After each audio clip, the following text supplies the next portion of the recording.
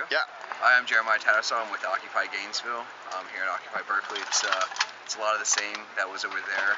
From my experience, it's about one-third a lot of vagrancy and homeless people, which isn't a problem. You know, these people need help and be fed and everything. But one-third conspiracy theory, chemtrails, 9/11 truth, stuff like that. And about one-third working-class people that are really pissed off and want to do something about it. And it's kind of hard because we're right here. It's Tuesday at like 12:30. A lot of working people can't be here right now, and so the people that can be here during the day are not those types.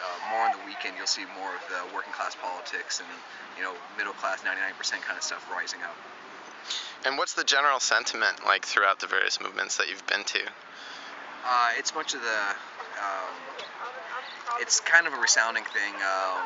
There's a little bit of like shell economics, like we want to build our own society, we want to do this, but there's a really big sentiment about we want our money out of politics. We want our voices to be heard. Our voices have been marginalized because we do not have access to lobbyists, we do not have access to politicians because we're not rich.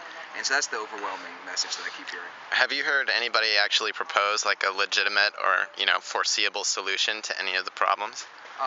Yeah, I've heard a lot of that. I heard reinstating the Glass-Steagall Act. I've heard, actually one of my favorite ones is a maximum income.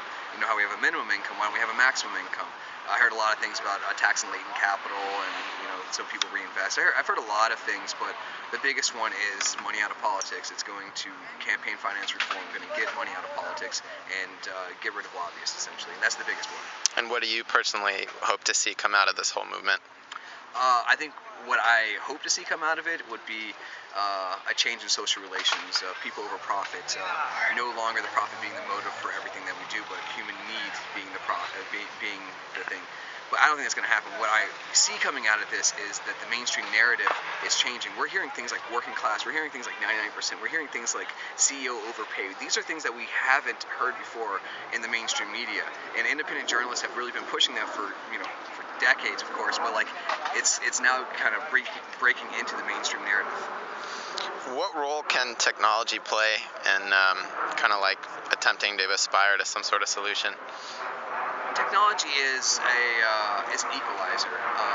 We don't have news. There's all this freedom of the press. Like, we're not MSNBC, we're not Fox News. We don't have access to these newspapers, and we can't write for these things. But Twitter, Facebook, it's still a limited audience, but it's still much more widespread than it used to be. It's much bigger than the town crier sitting there just screaming like this, like what we're doing right now.